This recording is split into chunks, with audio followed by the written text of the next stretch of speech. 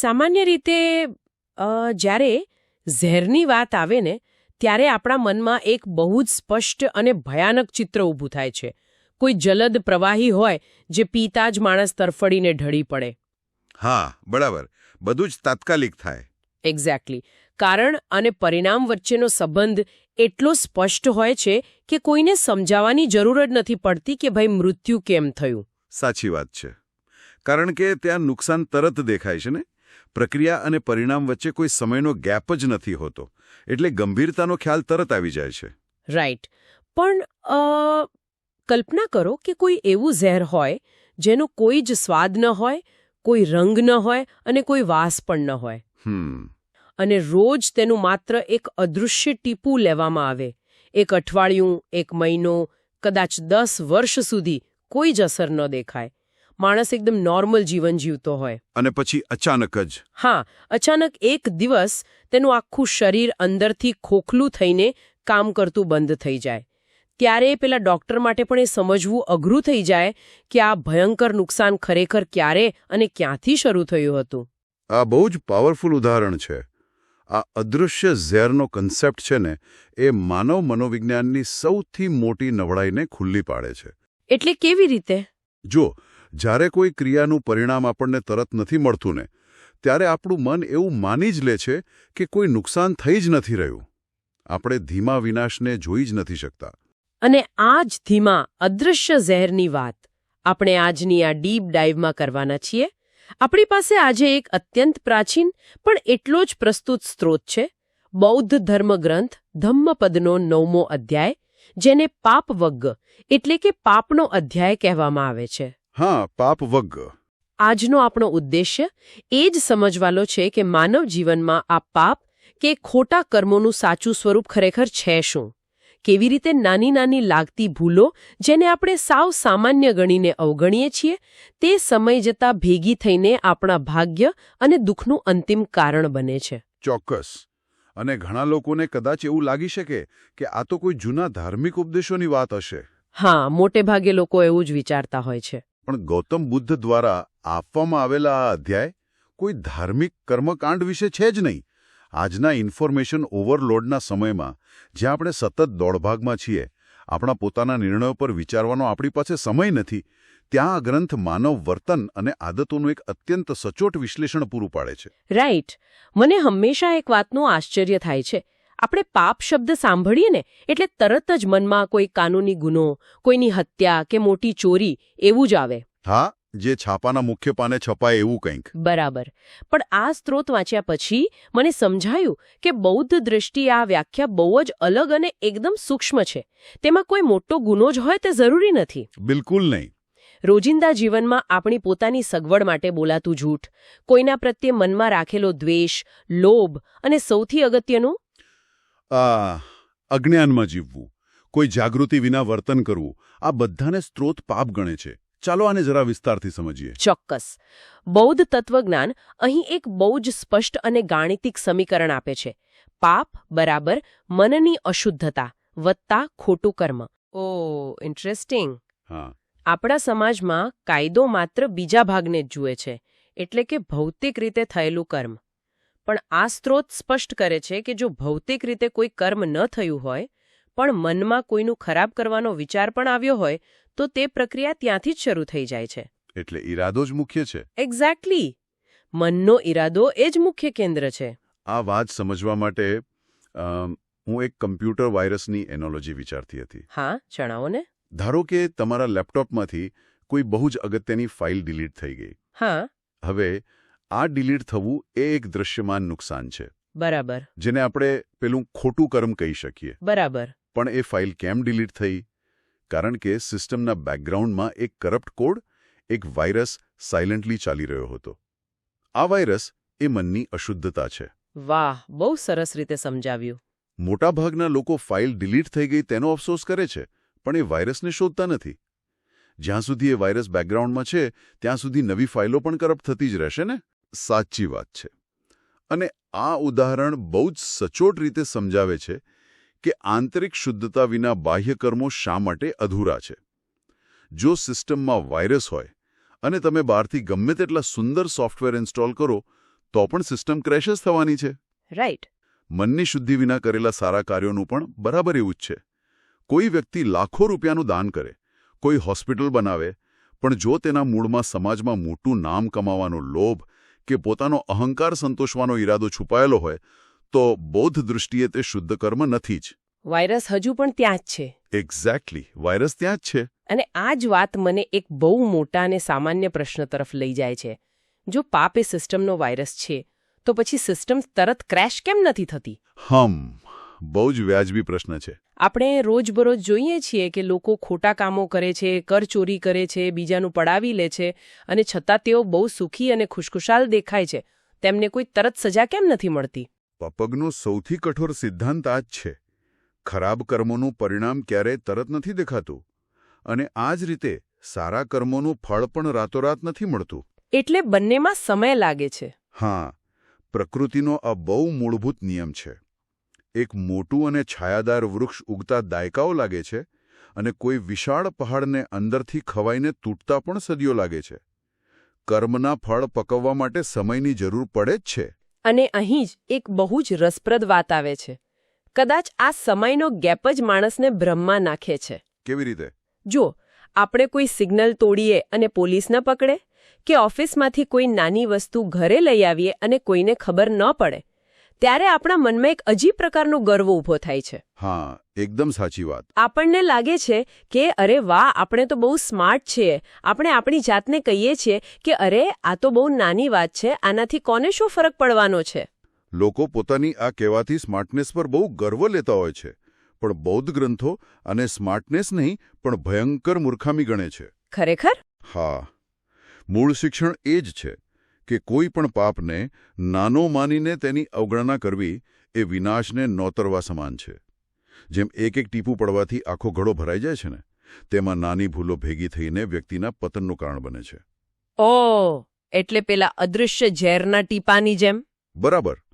શરૂઆતમાં જ્યારે વ્યક્તિ આવું કરે છે ત્યારે તેને એક શોર્ટ ટર્મ પ્લેઝર મળે છે, એક ક્ષણિક રોમાંચ કે ફાયદો દેખાય છે, પણ તે સમજી નથી શકતો કે લાંબા ગાળે તે લોંગ ટર્મ સફરિંગ એટલે કે પીડાનો પાયો નાખી રહ્યો છે. એનો અર્થ એ થયો કે જે વ્યક્તિ આ રીતે ખોટું કરે છે તેને નષ્ટ કરવા માટે બહારથી કોઈ સ્પર્ધક કે દુશ્મનની જરૂર જ નથી. સ્ત્રોત બહુ સ્પષ્ટ શબ્દોમાં કહે છે કે પાપી પોતે જ પોતાનો સૌથી મોટો શત્રુ છે.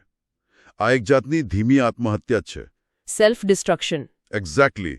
વ્યક્તિ પોતાના જ કર્મોથી પોતાની આસપાસ એવી જાળ ગૂંથે છે જેમાંથી તે ક્યારેય બહાર નથી આવી શકતો. તમે દુનિયાના કોઈ પણ કાયદાથી બચી શકો, પણ કુદરતના નિયમમાંથી છટકવું અશક્ય છે. રાઈટ. પણ મને અહીં એક સવાલ થાય છે. આપણે અત્યાર સુધી મન, કર્મ અને તેના પરિણામોની વાત કરી, જે બધું થોડું મનોવિજ્ઞાન અને ફિલોસોફી જેવું લાગે છે. પણ સ્ત્રોતમાં આ પાપ વગ્ગના સંદેશને યોગિક વિજ્ઞાન અને શરીરના ચક્રો સાથે પણ જોડવામાં આવ્યો છે. તેમાં નકારાત્મક ઊર્જા, તામસિક અને રાજસિક પ્રવૃત્તિઓની વાત છે. શું આ બધું કોઈ અદૃશ્ય ઊર્જાની કાલ્પનિક વાતો નથી? મતલબ કે એક ખોટો વિચાર ભૌતિક શરીરના કોઈ ચક્રને કેવી રીતે હલાવી શકે? આ બહુ જ ઇન્ટરેસ્ટિંગ અને વ્યાજબી શંકા છે. પણ જો આપણે આધુનિક વિજ્ઞાન અને પ્રાચીન યોગિક વિજ્ઞાનને સાથે રાખીને જોઈએ ને, તો સમજાય છે કે ચક્રો એ માત્ર કોઈ કાલ્પનિક ચક્રયો નથી. તો શું છે? પ્રાચીન ઋષિઓએ માનવ નર્વસ સિસ્ટમ અને આપણી એન્ડોક્રાઇન ગ્લેન્ડ્સ એટલે કે ગ્રંથિઓને સમજાવવા માટે આ પ્રતીકોનો ઉપયોગ કર્યો હતો. દાખલા તરીકે, સ્ત્રોત મણિપુર ચક્રની વાત કરે છે, જે નાભીના વિસ્તારમાં છે અને તે શક્તિનું કેન્દ્ર છે. ઓકે. જ્યારે કોઈ વ્યક્તિ સત્તા કે પૈસાનો દુરુપયોગ કરે છે, સતત ક્રોધમાં રહે છે કે ખોટા રસ્તે પાવર મેળવવાનો પ્રયાસ કરે છે, ત્યારે તેનું મગજ સતત ફાઇટ ઓર ફ્લાઇટ મોડમાં રહે છે. તેના શરીરમાં કોર્ટિસોલ અને એડ્રેનાલિન જેવા સ્ટ્રેસ હોર્મોન્સ વહેતા રહે છે. રાઈટ. આ તો સાયન્સ પણ કહે છે. હા, અને આની સીધી અસર તેની પાચનતંત્ર અને આંતરડા ઉપર પડે છે. આધુનિક વિજ્ઞાન આને ગટ બ્રેન એક્સિસ કહે છે. પ્રાચીન વિજ્ઞાન આને મણિપુર ચક્રનું અસંતુલન કહે છે. ઓહ વાવ! એટલે કે જે માનસિક તણાવ છે તે ભૌતિક રીતે પેટના વિસ્તારમાં એક પ્રકારનું ટેન્શન ઊભું કરે છે, જેને યોગિક ભાષામાં ચક્ર બ્લોક થવું કહેવાય. એક્ઝેક્ટલી. અને સ્ત્રોતમાં સ્વાદિષ્ઠાન ચક્રનો પણ ઉલ્લેખ છે ને, જે ઈચ્છાઓ સાથે જોડાયેલો છે. તેનું મેકેનિઝમ કેવી રીતે કામ કરે છે? સ્વાદિષ્ઠાન ચક્રને તમે આધુનિક ભાષામાં આપણા મગજના ડોપામાઇન રિવોર્ડ સિસ્ટમ સાથે સરખાવી શકો. અચ્છા. જ્યારે વ્યક્તિ અત્યંત ભૌતિક વાસનાઓ, તૃષ્ણા કે વ્યસનમાં ફસાય છે, ત્યારે તે ડોપામાઇનની લૂપમાં અટવાઈ જાય છે. તેને સતત વધુને વધુ જોઈએ છે. હા, એ ક્યારે સંતોષાતો નથી. બરાબર. આ અસંતુલન વ્યક્તિને એવી આસક્તિ તરફ દોરી જાય છે જ્યાં તે પોતાની બધી જ ઉર્જા માત્ર તે એક જ ઈચ્છા પૂરી કરવામાં વેડફી નાખે છે. આને રાજસિક ઉર્જા કહેવાય. અતિશય બેચેની અને ક્યારેય ન સંતોષાતી ભૂખ. આ ખરેખર બહુ જ રસપ્રદ છે કે કેવી રીતે પ્રાચીન ચક્ર વિજ્ઞાન ખરેખર આધુનિક ન્યુરોસાયન્સની જ વાત કરી રહ્યું છે. હા, બંને એક જ વાતને અલગ ભાષામાં કહે છે. એટલે કે જ્યારે આ ઉર્જા અસંતુલિત થાય છે ત્યારે તે આપણા ઇમોશનલ ટ્રિગર્સને એક્ટિવેટ કરે છે અને આપણે ફરી પાછા ભૂલો કરવા લાગીએ છીએ.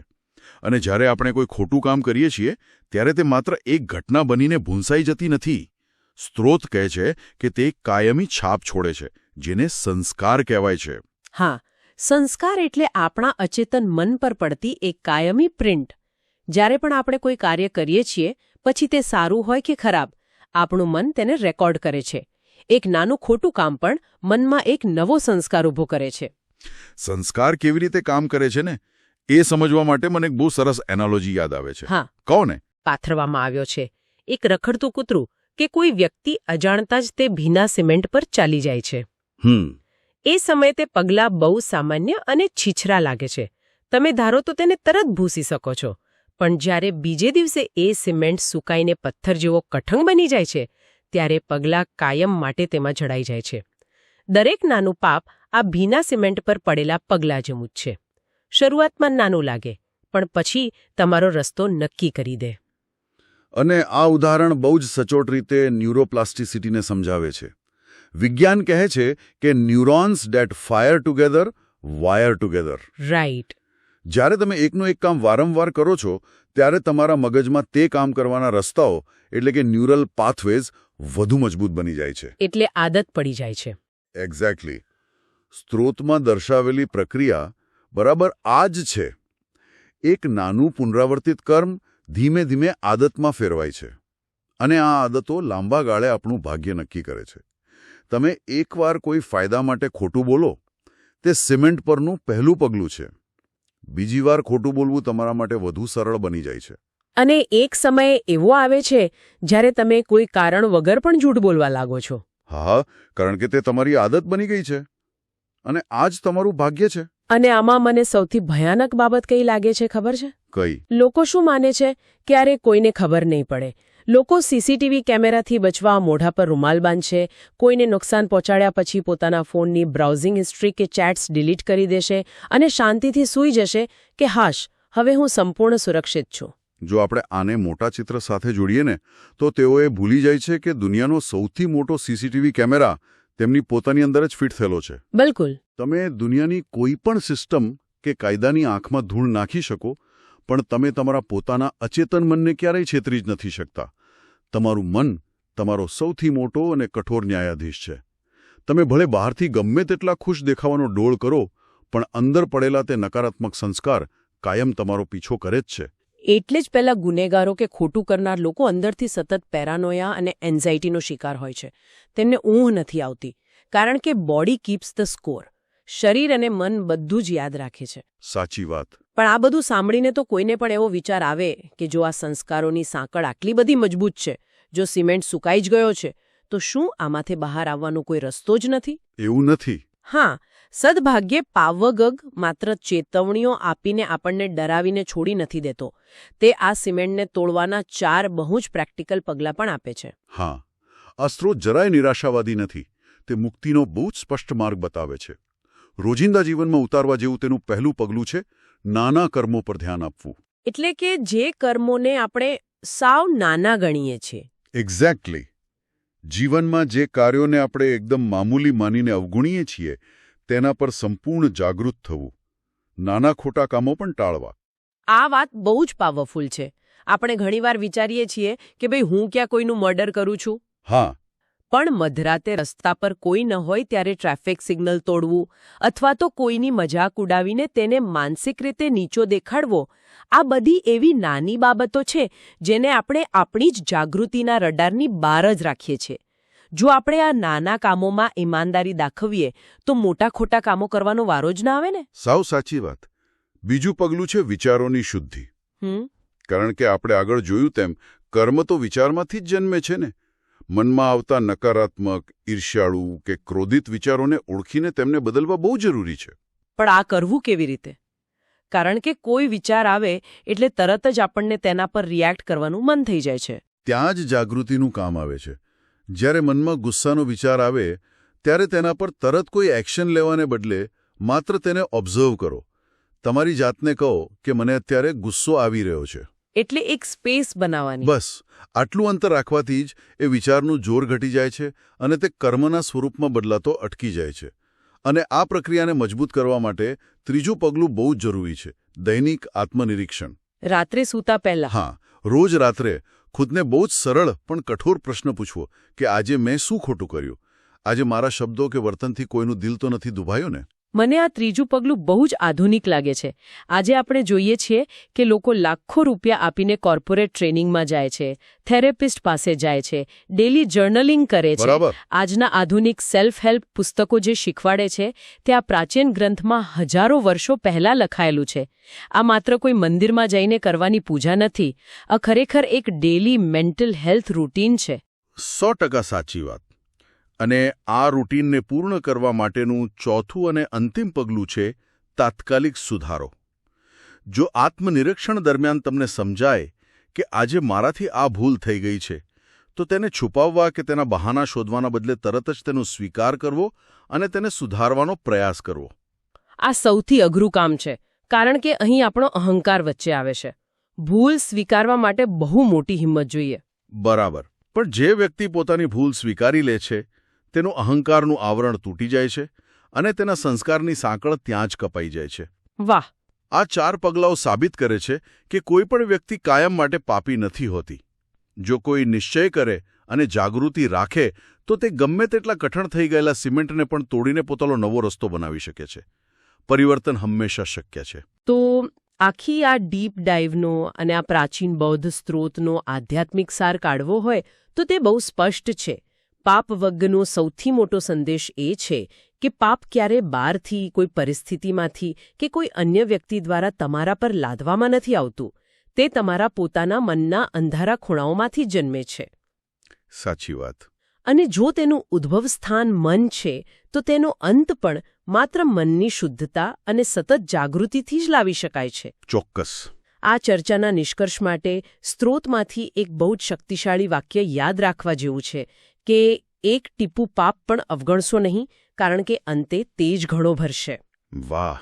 આ વાક્ય ખરેખર બહુ ઊંડી અસર છોડે છે અને આના પર વિચાર કરતા કરતા મને એક બહુ જ નવો અને ઉત્તેજક વિચાર આવે છે. શું? આપણે શરૂઆતમાં પેલા અદૃશ્ય ઝેરના ટીપાની વાત કરી, જે ધીમે ધીમે શરીરને ખોખલું કરે છે. આપણે જોયું કે કેવી રીતે આપણું અચેતન મન દરેક નાના નકારાત્મક કાર્યનો હિસાબ રાખીને આપણા માટે દુઃખનો ઘડો ભરે છે. હા. પણ જો આપણે આ જ નિયમને બરાબર ઊંધી દિશામાં વિચારીએ તો જો આપણું મન દરેક નકારાત્મક બાબતને રેકોર્ડ કરે છે, તો શું એનો અર્થ એ પણ નથી થતો કે કોઈના ધ્યાન બહાર કરેલું એક નાનકડું દયાનું કાર્ય કે પછી રસ્તા પર પડેલો પથ્થર હટાવવાની એક સાવ સામાન્ય લાગતી ક્રિયા પણ ક્યાંય હવામાં ખોવાઈ નથી જતી? બહુ જ સુંદર વિચાર છે આ. રાત્રે સૂતા પહેલા કોઈના માટે કરેલો એક સારો વિચાર, શું એવું ન બની શકે કે નાનકડું અમૃતનું ટીપું પણ એટલી જ શાંતિથી આપણા મનને એક એવી અખૂટ શક્તિથી ભરી રહ્યું છે જેની આપણને અત્યારે કલ્પના પણ નથી? કદાચ આપણે આપણા પેલા અદૃશ્ય ઝેર પર જેટલું ધ્યાન આપીએ છીએ એટલું ધ્યાન આપણે રોજ પીવાતા એ અદૃશ્ય અમૃતના ટીપાઓ પર પણ આપવું જોઈએ. દુઃખનો ઘડો ભરવો કે અમૃતનો, એ સંપૂર્ણપણે આપણી જ પસંદગી છે.